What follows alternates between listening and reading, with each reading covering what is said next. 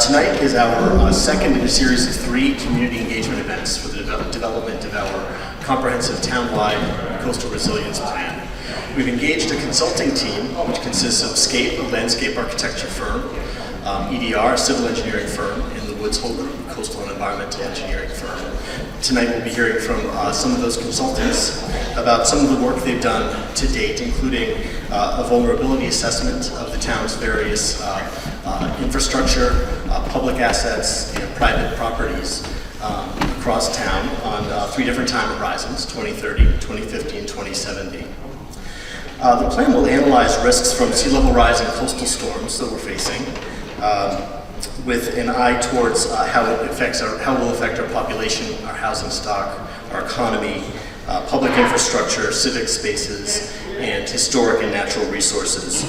The plan will propose specific projects and for specific locations and recommend priorities and implementation timeframes and also projected costs for the various infrastructure projects. The plan will also look at adaptation and armoring policies for low-lying areas and eroding areas, and develop protection and adaptation strategies. So tonight's presentation will be going over some of those initial findings and presenting some potential adaptation scenarios. Some of you may have already seen the boards in the back. There will be more time at the end after the presentation to go over, to meet with our consulting team and town staff to talk about some of that data. Let me say, I also wanted to point out, if you haven't seen it already, we do have some food from the East End Market.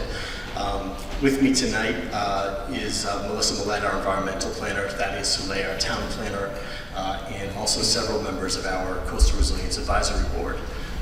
Now that it's darker, I can't see who's still here, but I believe we have Michaela Murphy, Mark Adams, and I think Mia Kliget-Peralta is still here. A few things: you may have gotten an email telling you about this. If so, we have you on our mailing list. If not, and you'd like for us to keep in touch, please do sign up. There's a sign-in sheet going around now. Thank you very much.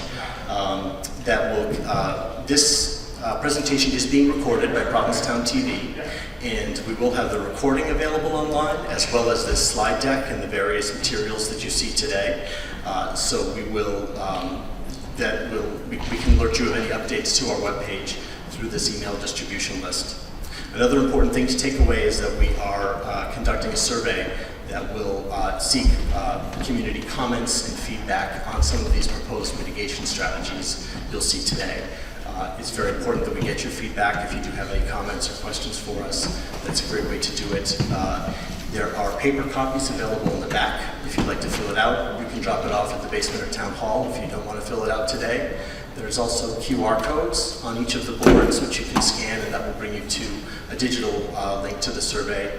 And again, we will also put out the survey again through our email distribution list, so you'll be hearing about the survey in that format too.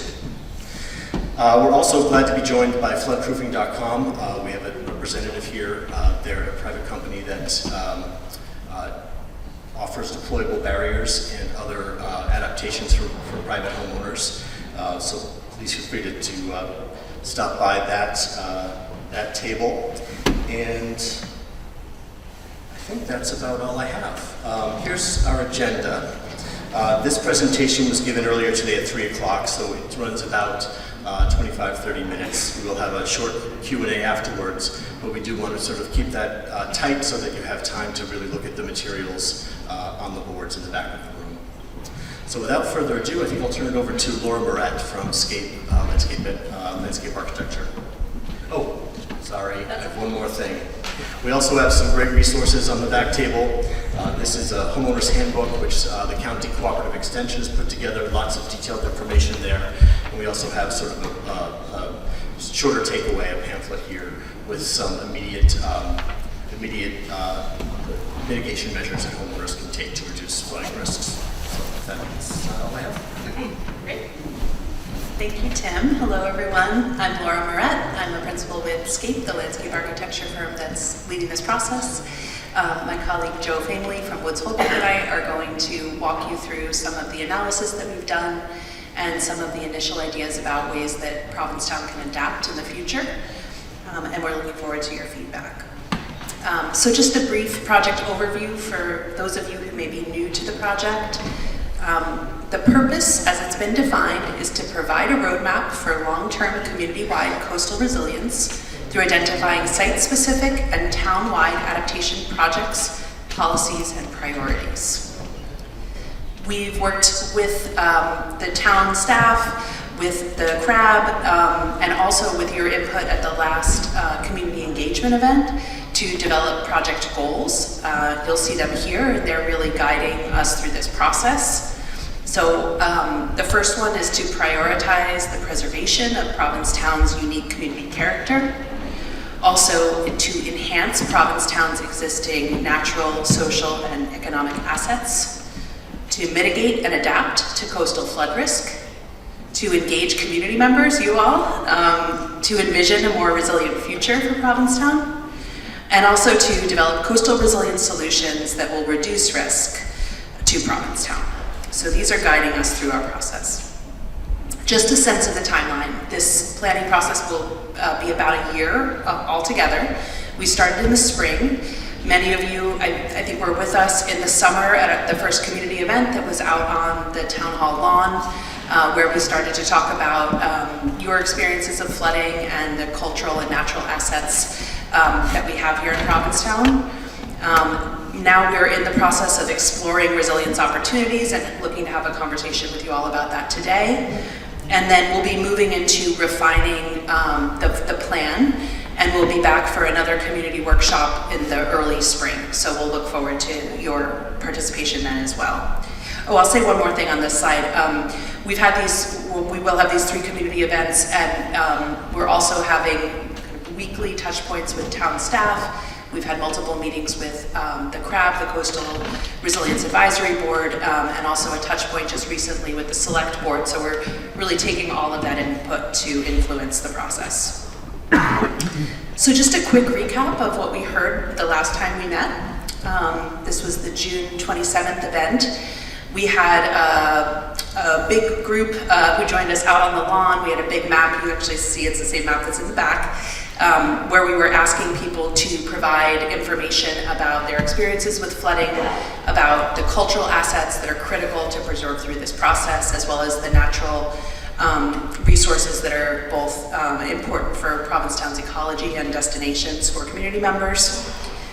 Not everyone signed in, but we had approximately 100 to 150 attendees, which was great.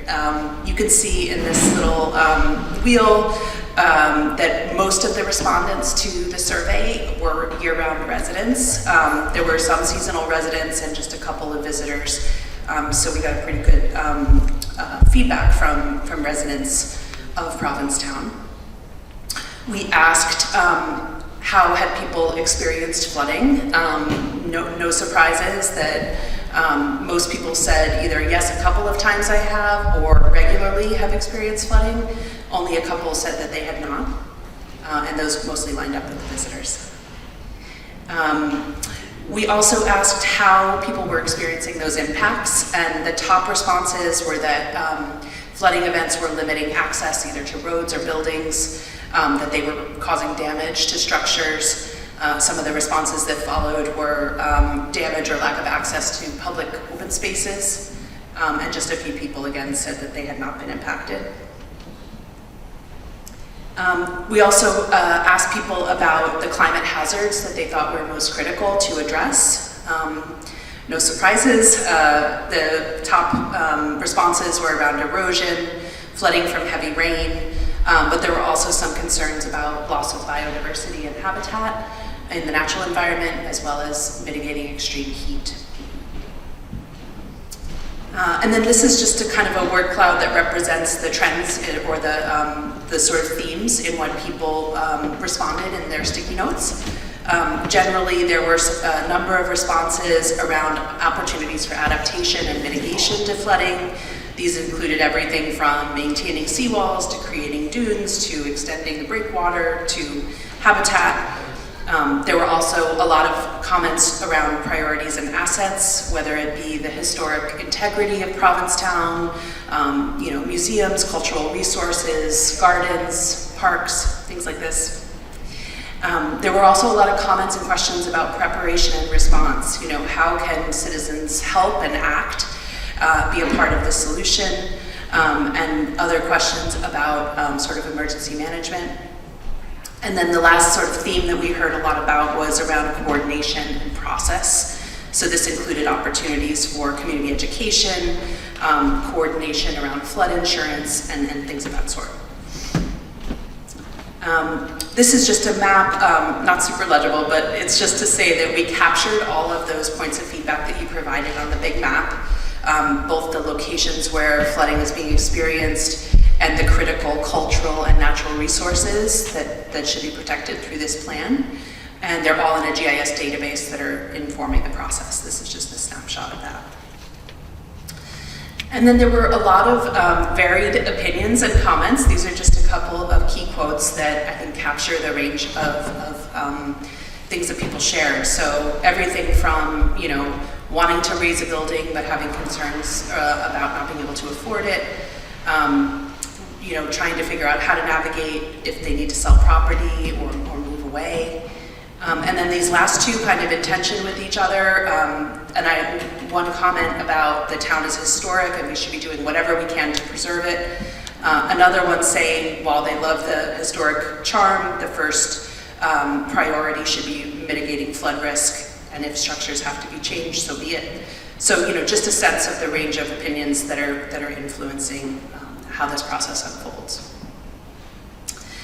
So that's what we heard in our first meeting, and it informed the strategies that we're going to share today. But first, Joe is going to take us through the coastal flood risk to give you a sense of sort of what is at risk that inform the strategies we're going to talk about after. So I'll come back after, but turn it over to Joe.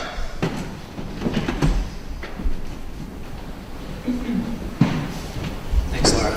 I'm Joe Famely with Woods Hole Group, and as Laura said, we're supporting this project, doing flood risk analysis and kind of assisting with adaptation strategies.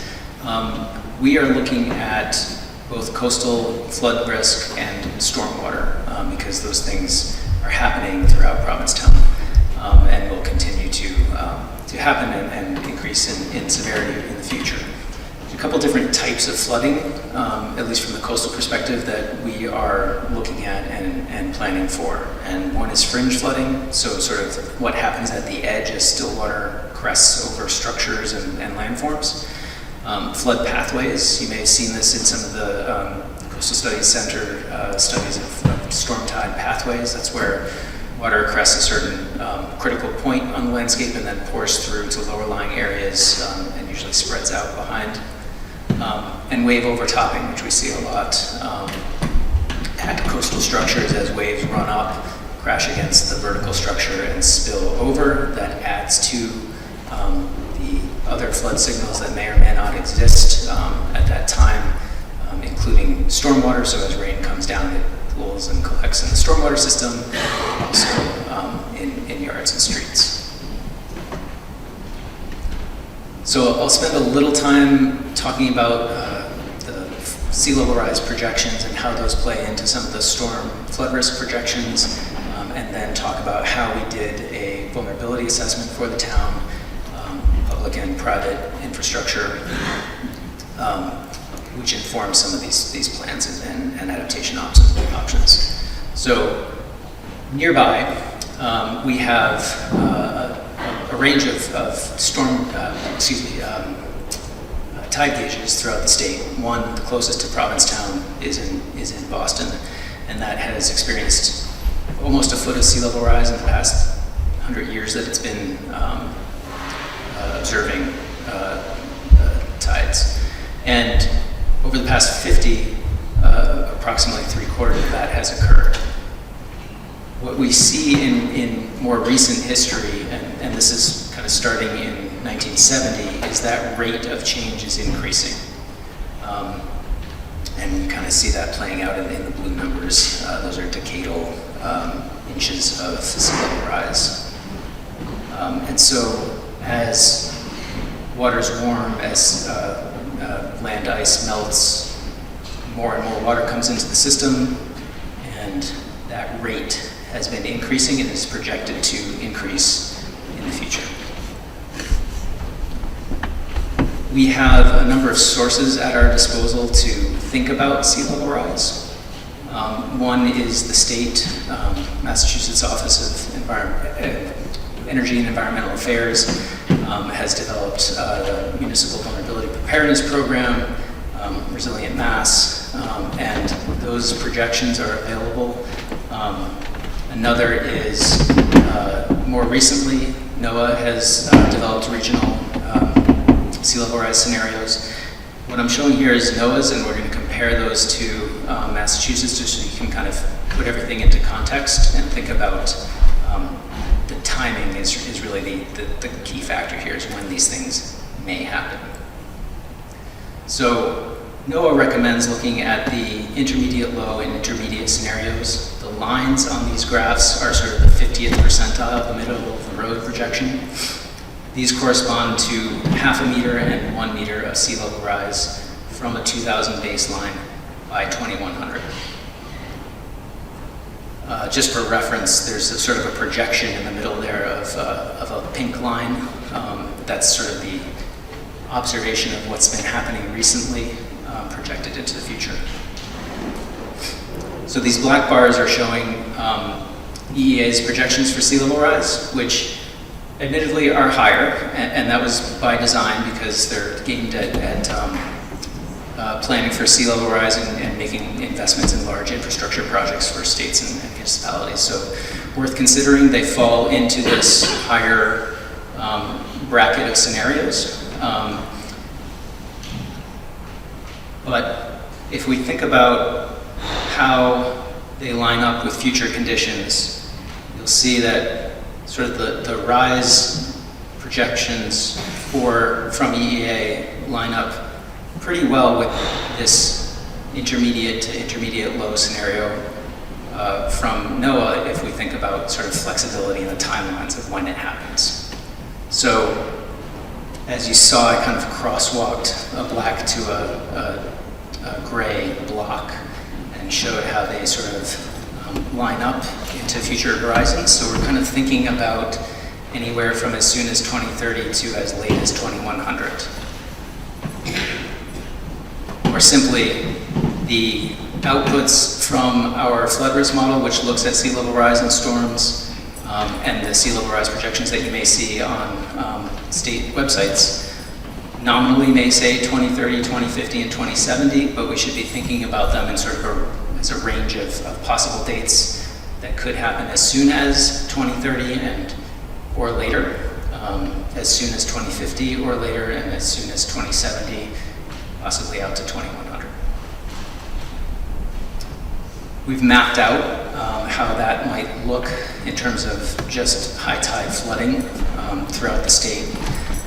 For Provincetown, there is very, very little exposure in the near term for daily flooding, which is kind of good news when you think about using properties and accessing roads and homes. On the 2050 to 2070 horizon, with 2.5 feet of sea level rise, we may see like very small portion of roads and only I think it's a few buildings, mostly concentrated around the airport, experience high tide flooding. A couple little pockets along the coast, mostly in the low-lying kind of beach dune area. In the longer term, with 4.4 feet of sea level rise, which is as soon as 2070, possibly out to 2100, you see a lot of those flood pathways develop, indicating high tide flooding in developed areas.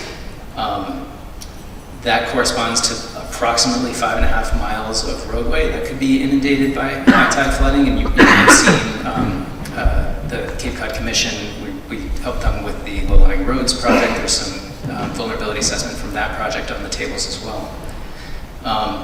And up to almost 310 buildings could be flooded on a daily basis. You know, that doesn't account for the land around them. So when you think about access, there may be even more properties impacted. So really, in the long term, we're concerned about daily use, but in the short term and midterm, it's really storms are the story for Provincetown. And And we know this because you all have experienced it even in recent years.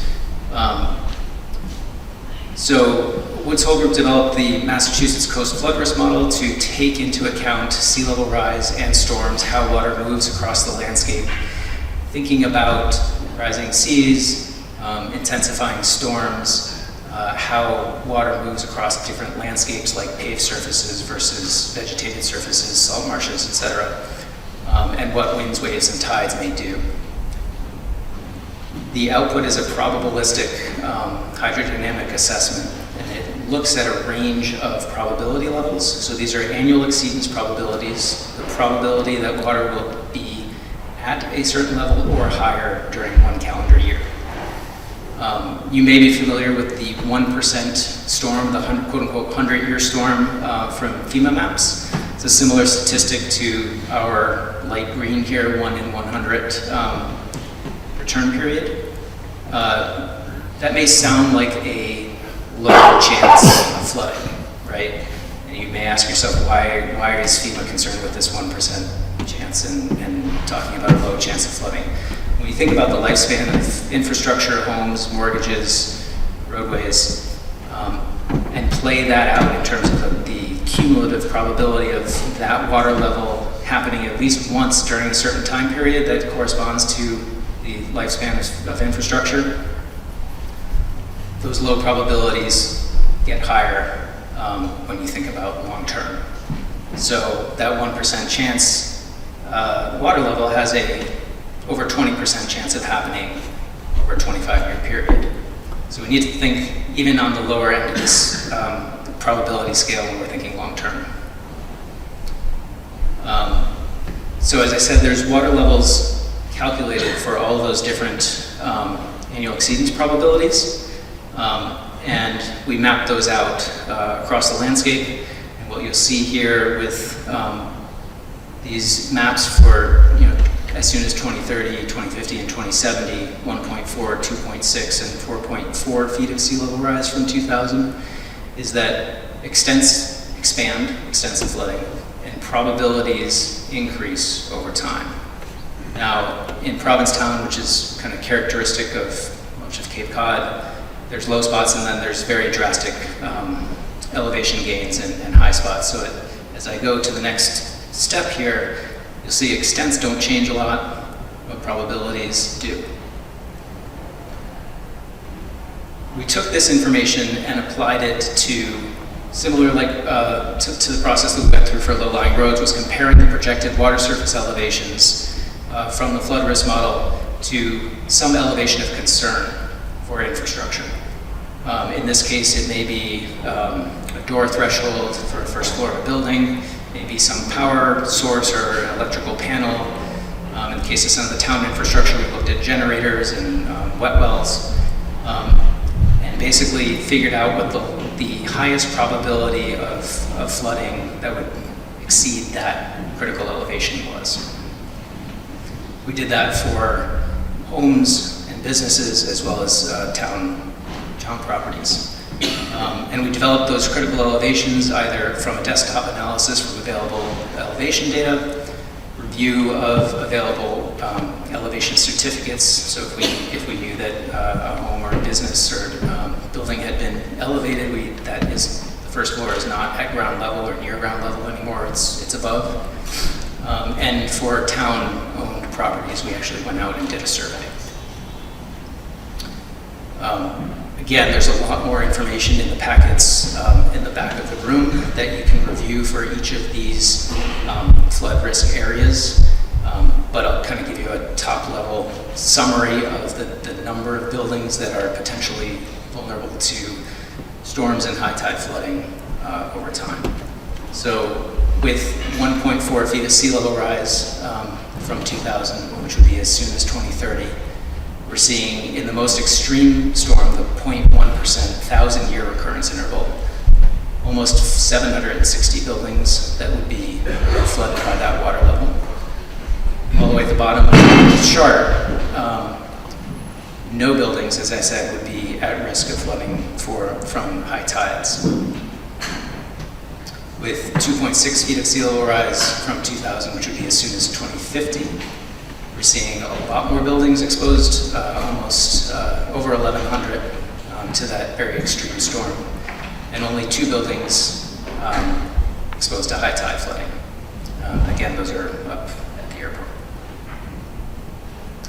With 4.4 feet of sea level rise, that's when you really start to see, as we saw in that first high tide flooding, mean high water slide, some of those pathways open up for mean high water to creep into the developed areas. We're seeing almost 310 buildings exposed to high tide flooding with that amount of sea level rise, and maybe incrementally more, almost 1,300 exposed to the most extreme storm.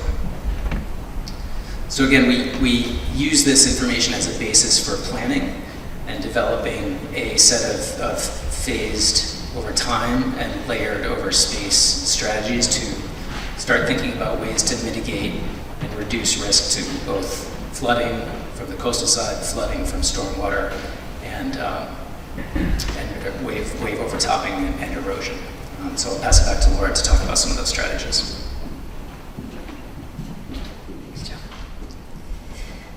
Okay, so as Joe's saying, this plan really needs to operate at different scales of time. So part of what we're laying out today and will continue to develop are what are the things that we can do immediately, what are the things that we can do in a nearer time horizon, and then what are the things we can start to plan for in a longer term.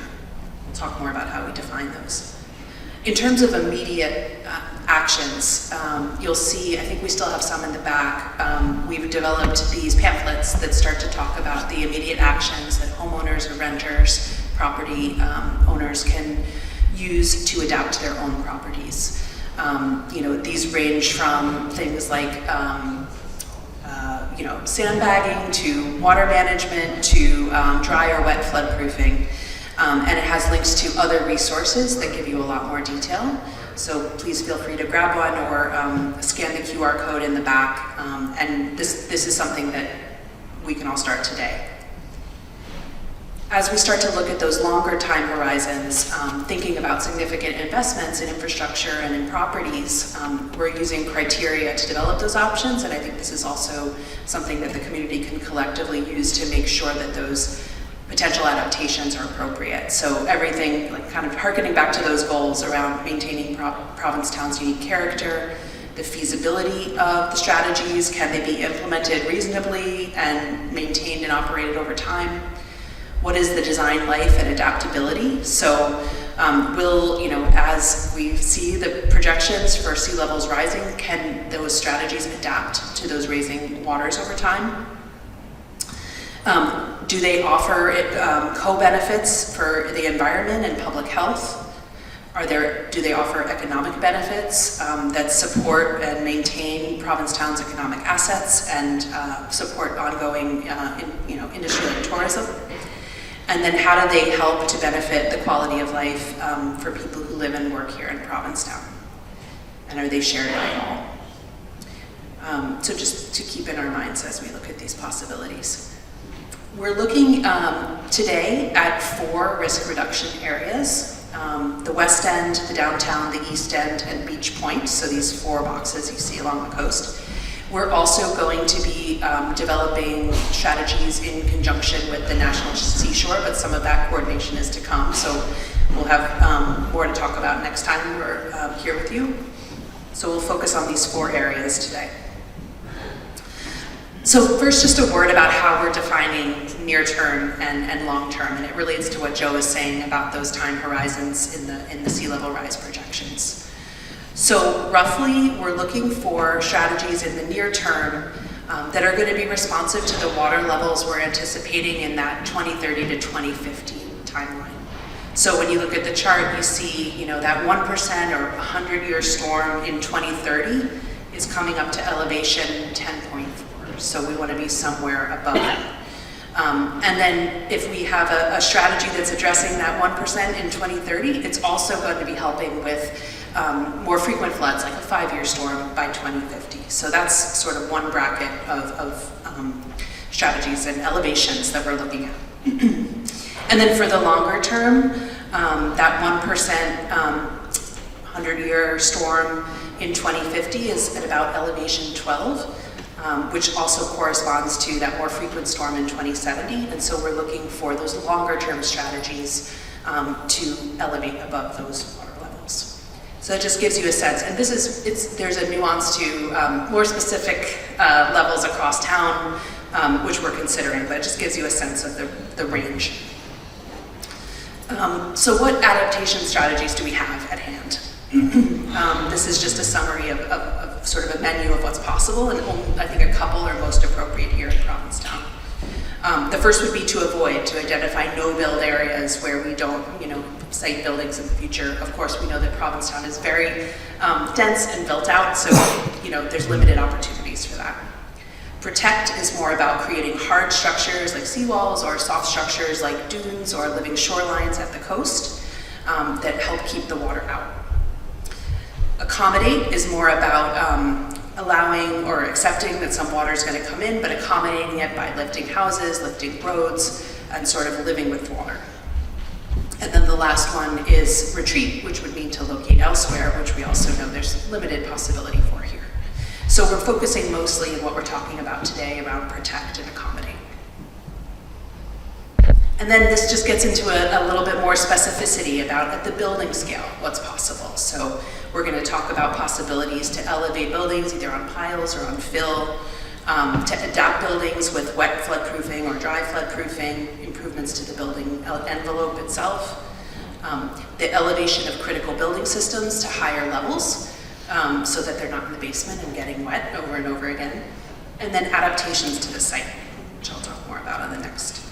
Yeah, so those landscape scale adaptations could be everything from an adaptation of an existing bulkhead to rocky revetment, to a bigger dune where there's space for it on the water side, to a breakwater out in the water, to waterfront parks that help buffer water. And so we're thinking about all of those possibilities and what are the right places where they could occur. So these next couple slides just talk about a preview of what you're going to see on the boards. I know that the information is small, so really encourage everybody to go look closely and have conversations with our teammates and ourselves about what's on each of these. But just to give you a little preview, so what you see on the board on the west end, there's a map that starts to talk about both those projected inundation areas and the flood pathways that Joe talked about in the darker blue, the places where we anticipate water will come across Commercial Street and further inland. And then they start to talk about the potential adaptation strategies. And what we really think about here is layered adaptation. So what can we do at the coastline? What can we do on the individual private properties? What can we do on town land? What can we do with our roadway infrastructure? And how can all of those things layer together to build resilience? And so what you'll see on each of these boards as you walk through is first a map for this area that talks about the flood risk, both in that near term 2030 to 2050 range, and then again the 2050 to 2070 range. We have a map that starts to talk about the possibilities. So you see the pink line along the coastline, that is adaptation to structures, things like bulkheads, seawalls that could be elevated, opportunities for dunes that could be introduced when we have more room. All of the purple things are the building level adaptations or the property level adaptations that would be important to happen in some of those vulnerable areas. And then the yellow segments are ways that we could adapt the roadway. So that includes, in the nearer term, identifying some of those lower lying areas of the roads where we could put a deployable barrier. And then in the long term, how can we think about elevating portions of the roadway and storing water within it or adjacent to it so that the water can't go beyond it. It acts as a barrier. And so you can see opportunities for that at Province Lands Road and along segments of Commercial Street in the West End. And then for each area, we start to look in section. If you cut a section through, from the coast to the road inland, how could you adapt? And so those near-term, the first one on top in each board is the near-term adaptations. This is really thinking about how can we maintain as much of what is in place today and just make those incremental adaptations. So things like lifting up bulkheads, building level adaptations, getting the utilities up higher, reinforcing roofs, managing stormwater, and then deployables of the road. And then in the longer term, understanding that if buildings are significantly improved, or with the new building code, new buildings are constructed, that the buildings themselves will need to be elevated. And how can that work together with the flood levels that we anticipate for broader adaptations to the roadways lifting, with water storage, with opportunities for stormwater management and pumping. So that's not something we have to do today, but we have to start thinking about it for the future. So it's similar for each. I mean, there's very site-specific conditions you'll see in each. In downtown, I think with the width that you have along the beach, we think that there's an opportunity to build on what we see today with the Ryder Street berm, kind of built up sand. We could make that more permanent and elevate it a little bit higher, and that actually helps to mitigate a lot of the water that comes into downtown. So in the near term, we could look at that with a longer term strategy of, again, lifting roads with storage and adapting buildings and potentially pumping the stormwater that would be sort of impounded behind it. I talked about all these things on the first one. So. And then when we get to the East End, we know the East End is a little bit more exposed to waves and with the wave action that Joe was talking about. And so when we think about that, the layered possibilities here, we're also exploring the possibility of a breakwaters or a living breakwaters that could be out in the water that could help to kind of break up the waves and keep them from coming and overtopping. So kind of break up the energy before it reaches the property. And then again, layering that with kind of near-term adaptation of properties and seawalls and longer-term elevation of roads and buildings paired with pumping of stormwater and stormwater management. And then lastly, as we get over to Beach Point, you can see the expansive blue here that's affecting a lot of this area, as well as Route 6 and 6A, knowing that this is critical for access. We see the opportunity to build on, there's an existing dune there, but it's pretty spread out. That in coordination with Truro could go higher and could begin to buffer the water at the coast. And so, I'll click through my slides. And you can see the kind of dune raising up in the near term, paired with the building level adaptations. And then in the long term, it could be a conjunction as we get to the higher water elevations of that dune being lifted with the roadways themselves lifting out of the floodplain. So those are some of the initial strategies that we've been looking at in each of the areas. We really want your feedback and understanding what's most appropriate and most feasible in each of these neighborhoods or areas.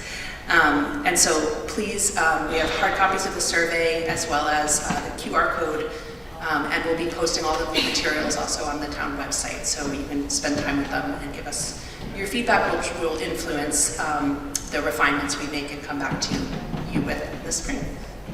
And so I think Tim is going to facilitate some Q&A, just if anybody has a question, come on up tonight. Yes, there's a microphone right over there. Yes, thank you.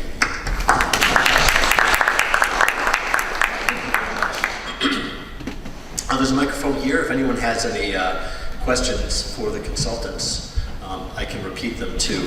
These were,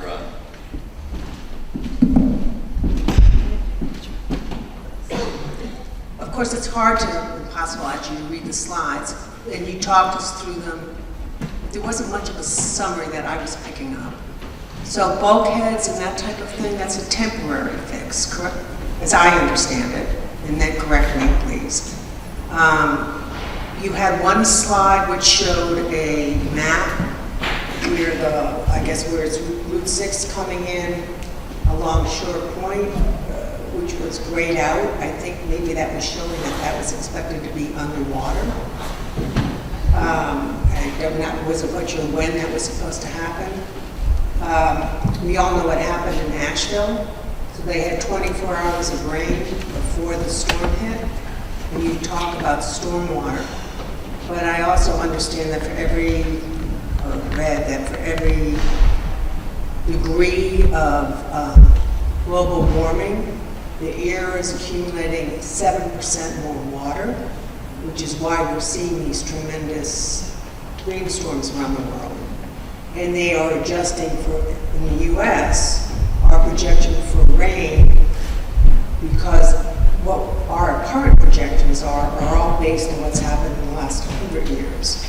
So then I guess the final question would be, are these projections that you're making based on old data, or are you looking at what's expected to happen?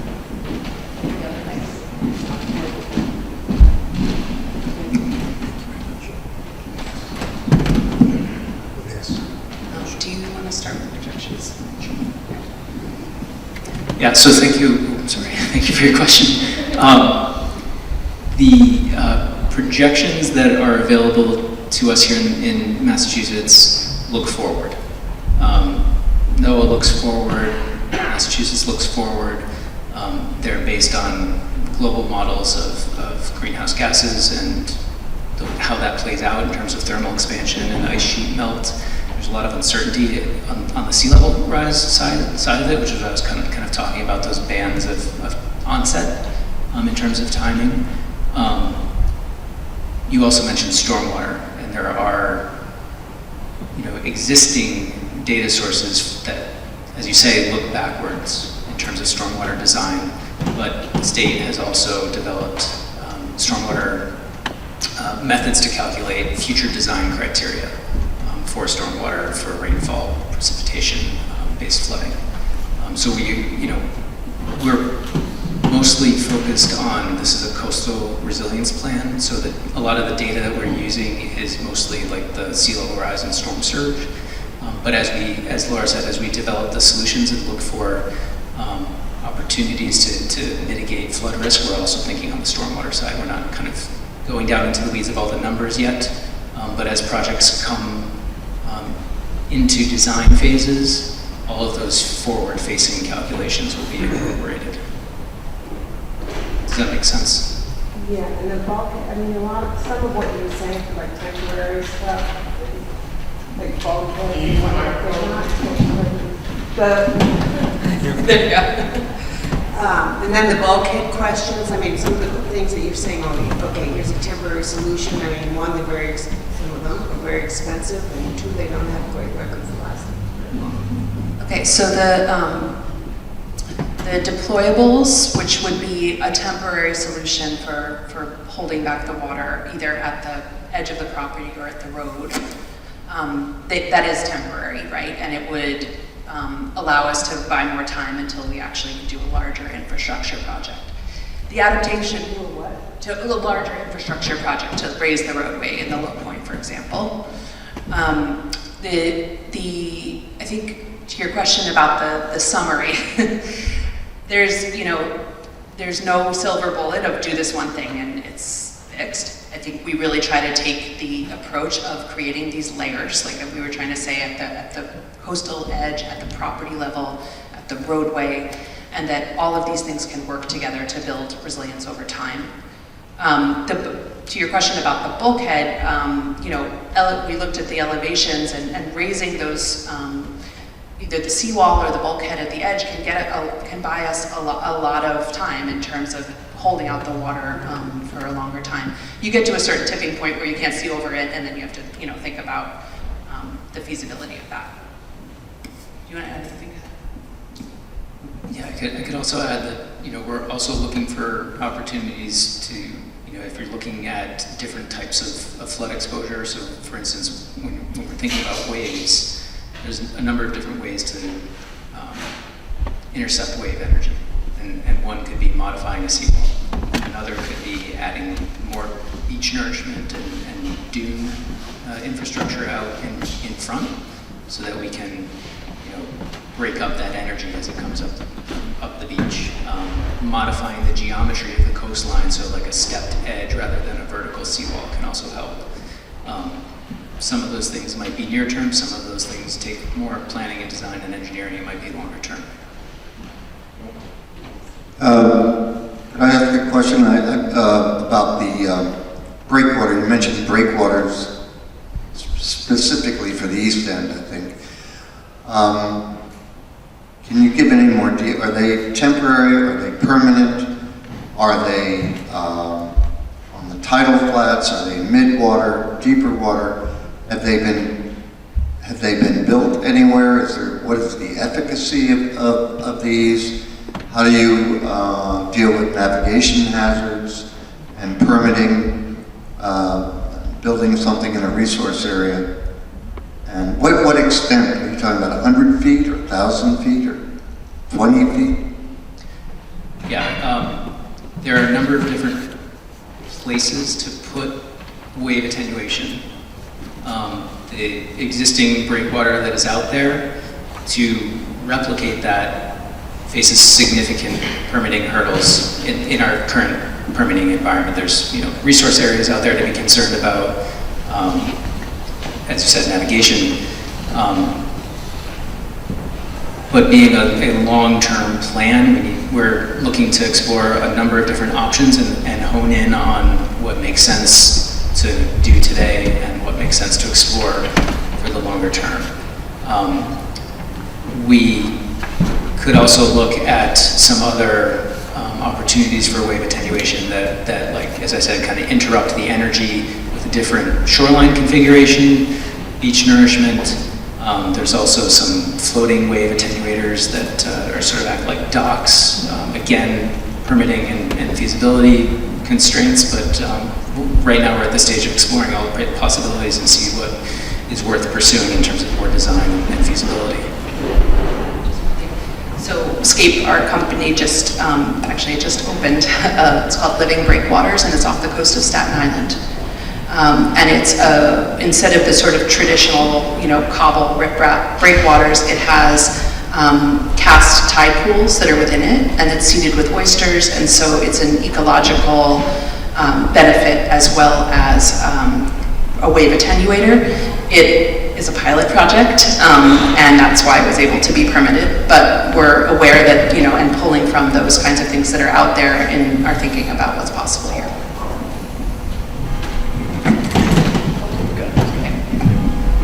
What happens to the water table as the sea level rises? And I have a really stupid question. What if you dug a really, really giant hole in the middle of the Atlantic, the size of the displacement of water? Just as a thought, as like a brain exercise. Okay, so I'll take the easy one first. So as we have more sea level rise, that pushes the freshwater table up, the groundwater rises.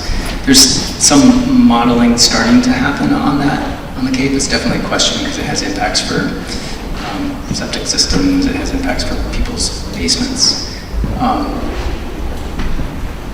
And that we've heard from others here earlier today that's an issue for Provincetown, and something to consider as we sort of treat the edge and elevate is what happens underneath. So certainly something to keep looking into. The thought experiment of digging a giant hole to displace all of the flooding that would be projected for Provincetown? For the world. For the world. Like Godzilla would have to dig this hole, I get it, but like, as a thought experiment. Yeah. Because every country is going to deal with this. Yeah. So, dig a hole in the Atlantic, dig a hole in the Pacific, displace the water. That seems reasonable. It seems like a thing that you could do. I think that the complications of it are, water always finds a way, and just finding that volume somewhere. I mean, the other thing that we have to consider is water gets pushed and pulled in different ways. It gravitates to certain areas based on the ice sheet. The land mass has a gravitational pull. Currents along the shore are pushing water in different areas. I don't think you could just sink a hole and it would all just want to go there. You know what I mean? We have Gulf Stream, we have onshore currents and circulation patterns that draw water in different patterns that I think might not want to just go into a hole. but that's an interesting idea. Wish it were that simple.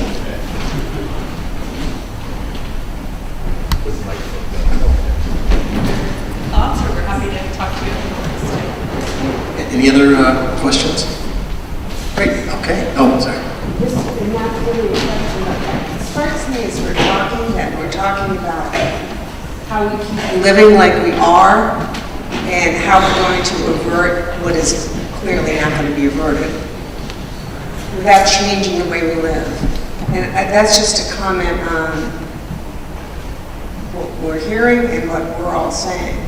We ought to be talking about, well, not ought to, but one of the things is what do we do to avert the disaster that we're facing? Like, how are you going to change your lifestyle? You're going to go out and stop using a car? You know what I'm saying? And I'm sure you guys, especially given what you do, I urge you to add a slide that says, here's what you can do to reach zero emissions. Because each person can do something. I mean, it may not mean much, but it's something. I was just going to say, I think that's a really helpful comment. I think we're taking the premise of how do we adapt in place with what we have, right? But at the same time, one of the deliverables from this process is, guidance to homeowners or renters in Provincetown about what they can do to adapt. And I think it's a great comment that, lifestyle choices are a part of that, and everybody's contributing. Yeah, this isn't going to be like the good news part. There's a certain amount of sea level rise and storm intensification that's kind of already baked in based on our past actions.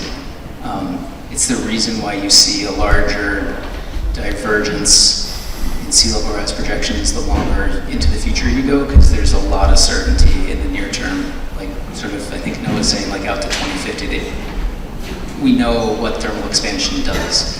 The big uncertainty is ice sheet melt.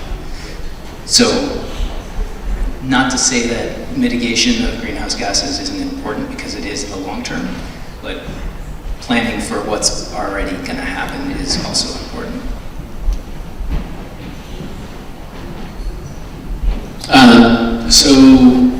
We sometimes hear that where there's erosion in some areas of Provincetown, nature has its way of depositing additional sand and creating stronger and bigger dunes in other areas. Does that play a role at all anywhere in Provincetown as a means of sort of nature's way of sort of building up strength in one particular area? Yeah, we're starting to look at some of the sediment transport studies that have been conducted. I think they're available on the Coastal Studies Center website.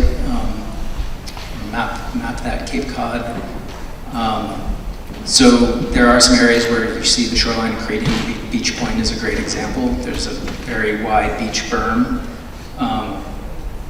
Unfortunately, very low dune behind it. You also see pockets of you see bands of sediment kind of migrating down the coast, and you also see a pocket of accumulation that has been identified as sort of a sediment sink right in the corner beyond the west end, going out to Lighthouse Point.